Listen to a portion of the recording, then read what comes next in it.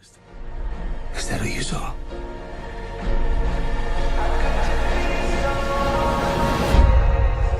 What happened that night in the tunnel? Tell me the truth.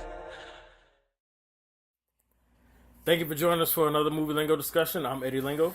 Michael. And today we're going to talk about The Girl on the Train. Simple title based off of a novel that was released a few years ago. Big anticipation for this movie. A lot of people have been comparing it to Gone Girl, which has caused a lot of different reviews, a lot of different opinions. This movie star Emily Blunt. It's basically about a divorcee, played by Emily Blunt. The character's name is Rachel. She's a divorcee who finds herself in the middle of a missing persons investigation based on her depression from her personal life and her drinking. She has blackouts, so she's not really fully aware of what transpired, if she was the cause of this missing person, or if she had any pertinent information. And the movie just goes from there as it unravels as she tries to put her life together. Her flaws end up having a big impact on the story. And then also some of other characters' flaws that are involved. You know, all the stuff unfolds, unravels, and the blackouts. And then we have our interesting movie. So I'm going to start by asking you, Michael, how'd you feel about the movie? Not going too deep into it. I liked it. It was a good movie. Okay. It was. I went in there with like little like I'd never heard of this movie for a while. Like, I didn't watch the trailer or anything. I didn't watch anything on it. You know, I just went in there, you know, not knowing anything except that, you know, it was a girl on a train. That's all I knew, right? So I went in there. I came out very the word for like very like when you're surprised. Okay. Shocked, very shocked There at you how go. good it was. That's the word, yeah. Yeah, for sure. So I definitely like that movie. Not getting too deep into it, I definitely liked it. Yeah, I have to agree. I liked it a lot. I know that there's some mixed opinions about it. We're gonna get right into that after I give my opinion out. But I liked what the story focused on. In my opinion, what the director focused on, and when it all played out, it wasn't in my opinion a twist.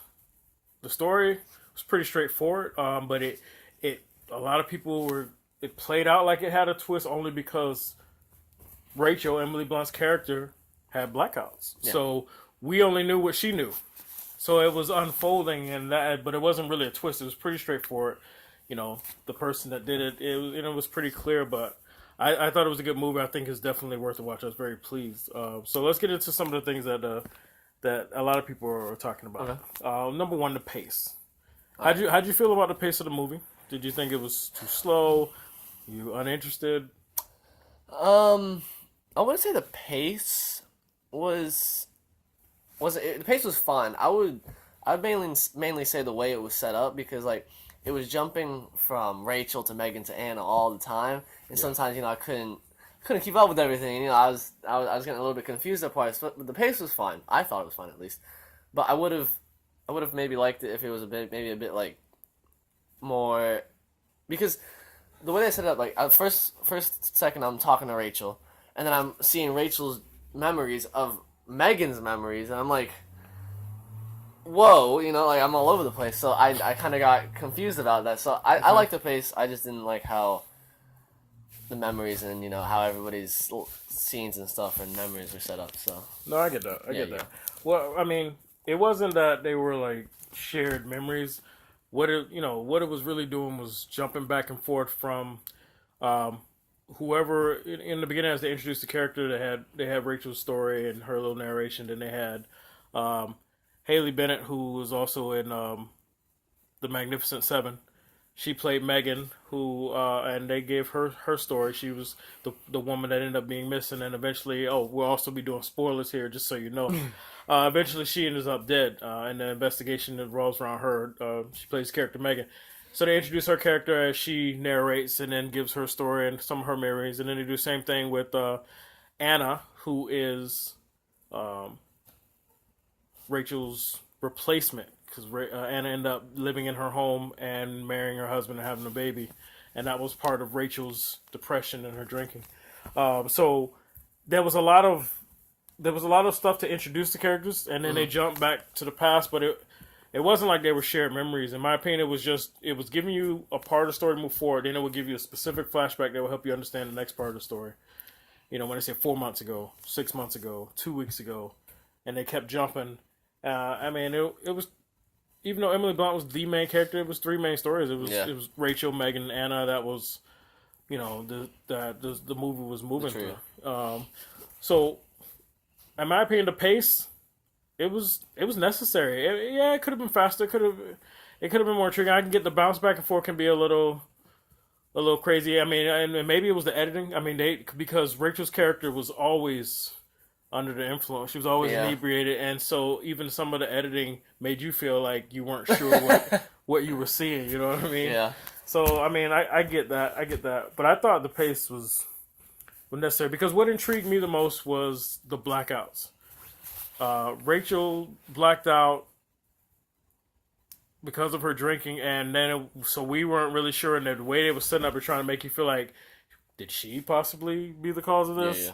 Or what did she see? And I mean, I knew she wasn't. It was too easy to blame her. Yeah, it was too easy. But they were trying to make you feel that way. And so, in my opinion, as things slowly started unfolding for her, was more intriguing to me than who actually did it. I mean, yeah, I wanted to know specifically what happened. And that was the mystery to me. But I didn't really care about if it was a big twist on who did it or if there was a big misleading. And there was a lot of people that had that opinion. They were like, you know, one of the respected people that I listen to their podcast and I like their reviews, Lolo Loves Films. You can find them on Instagram, and they also have a website. I was listening to them actually earlier today, and they were actually, they didn't enjoy the pacing. They didn't enjoy some of the effects used to try and slow things down or make it seem like memories and whatever. Yeah. And I get that. And of course, who actually did the killing and the who done it? It wasn't really done well, and I totally get that. But for me, what was most intriguing was the blackouts, trying to find out what happened. But Emily Blunt's character, Rachel, I thought it was actually pretty funny. She's riding this train, the Metro North, every day into the city. Yeah. And in the beginning, they make it seem like she's like doing something. Yeah, she's going somewhere.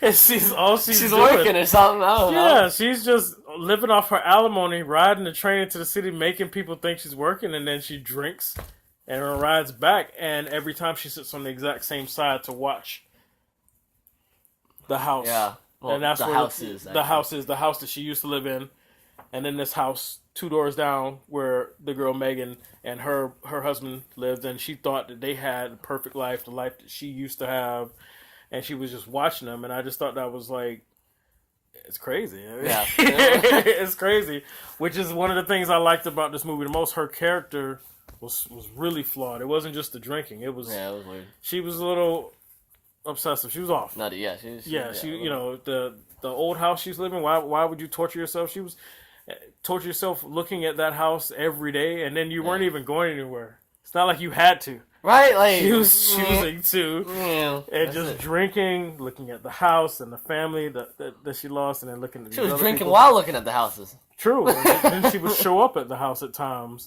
You know, take babies just once, right? I don't even know. Wasn't gonna hurt the baby. Yeah, something you gotta watch. So I mean, I think this for me. I really enjoyed that aspect a lot. Did you see Gone Girl? No, I did not. Okay, actually, I might have, but I don't remember. Well, if you haven't, you need to watch that. I thought that was an excellent film. Okay, and a lot of people didn't like the ending of that, but I love the ending because it's just like, it's one of those situations like it may be fucked up, sounds fucked up, but I mean, what else are you gonna? Is just no real other way. It just makes the most sense the way it ended. You know, I would have done it the same way. But a lot of people, I think, because of the comparison to this and the books, a lot of people went into it with like grand expectations. Yeah. And you, fortunately, like you said, you didn't watch the trailers. I just went in there. You weren't thinking much of it. Me, I did see the trailers, but I didn't get excited about it. I didn't get excited about it because at first I walked in thinking that I may be disappointed because I thought that they were going to try too hard to give us another Gone Girl. Mm-hmm. And as I watched it, I was pleased. I thought this was definitely different.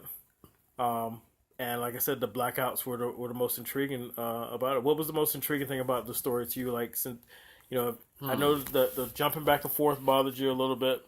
Yeah. So what exactly did you like the most about the movie? Um, the thing I liked the most was, oh man, I gotta think. Like, 'cause I liked a few things. Like I liked how the main character was kind of said like in a way, like like yeah, this lady's riding back and forth, but like I don't know, I don't think I'd ever get that possessive. Like if I got divorced, and I don't think I'd go to the way of that. But like that was like a new character. That's something that I'm young, so I can say I haven't seen an actual character that like obsessive, over something like that. That was something new for me. That was cool for me. But I also liked how, in the end, it's not who I thought. I'm not sure if we're spoiling it this far. No, we're spoiling. Oh, We're okay. spoiling. Okay, Go ahead. okay. Well, I'll shoot to the end. Yeah. I thought it was actually. I actually thought it was the Oh, I thought it was Megan's husband that did it. Okay. I don't know his name. I thought it was Megan's husband that did it. Right. But I guess not. And I thought he was like just covering up his tracks and stuff like that, and like making us throw it off to make it feel like it was Rachel. But apparently it wasn't. It was actually Anna's husband, Rob, maybe Tom. There you yeah. go. So yeah, those are the two things I liked about it. But I don't know. So why. they did with their way of playing out the who done it. They actually did. Yeah, they got me. They got you. They Well, got I mean, then they did their job. Then Yeah, they got me. I mean, I didn't want to say it until I was sure. Like you can even ask Kumar. I said earlier, it definitely wasn't Emily Blunt's character Rachel. I was like, no, she didn't do it. Oh no, I didn't think but so. Yeah. I saw what they were trying to do, and I was thinking early on, that they were going to these guys too easy, and then they tried to make it seem like it was the abusive husband who wanted her to have a baby, and then they tried to make it seem like it was the therapist that she was having an affair with. No, I didn't think that one. Right. I was like, yeah, but yeah, I mean, it makes sense. Yeah. I mean, it was possible. It was because he maybe got mad that she was pregnant because when he said they was pregnant, then I thought it was his. He said something earlier that alluded to it. Like the writing of it, I can see where they were trying to find a way to make everybody look like they could have done. He said, I could lose my practice if they started becoming physical. He was a therapist, and he said I could lose up my practice. So that could have been a linchpin to, oh, now you're exposing me. My practice is that important to me. I'm gonna kill you. But I still didn't think that was it. Then they found a way to try and bring it back to her husband. And then they also started making Rachel, Emily Blunt's character, feel like maybe she did it. With the chopped up memories and everything. But I was still thinking that because every time they showed her actually having sex, they never showed the guy's face. Yeah, no, they didn't. So for me, I was thinking it was either one, the guy that she mentioned that she was in love with when they basically bonded over her brother's death. The one that she had the baby with in the beginning. Oh, and 17 that flashback. Yeah. So I'm thinking maybe he's still in the picture and that we just didn't know. Mm-hmm. Or it's Tom, and that's what I was going with. And then when she gave us that full flashback, said that after she had lost that baby, that kid had never came back again. I was like, okay, it's got to be Tom. But I didn't say anything until the moment when it was like, there's a third person that could be the father of her unborn child, and I was just like, okay, Tom's that guy. Yeah, that's the guy. So, but it's still, even though that wasn't like a big reveal to some people, or it was a good reveal to you. Yeah, it was good. I didn't think that was the focus. I think the focus was the blackouts. The blackouts, yeah, and I really liked it. I really liked the execution. So it's going to be interesting to see how people respond to this. I'm sure there's going to be a lot of people that don't like it, and I respect that, because if you go into it with high expectations, it could disappoint. Yeah. Gone Girl was paced a certain way, but every single scene had you on the edge of your seat. It was leading to something, and you were trying to piece it all together. This one was pretty much a straight line, even though the memories and the flashbacks tried to take you all over the place. But it was relatively slow. It's relatively slow, but I was soaking it all in, and I enjoyed it. But you go in with high expectations, especially if you compare it to Gone Girl. Not saying everybody else did, but if you are, you're going to be disappointed. It does not have that same intensity. It doesn't have that same execution. Doesn't have the same director. So definitely don't go into this with that expectation. I think you'll be fine. I thought that they were going to try too hard to give me that, and I was actually pleasantly surprised that they didn't. So I really like that. But before we rate it, I do want to talk about Tom. What? Rachel's ex-husband, who now is with Anna, and they have a baby and everything. Mm-hmm. Okay.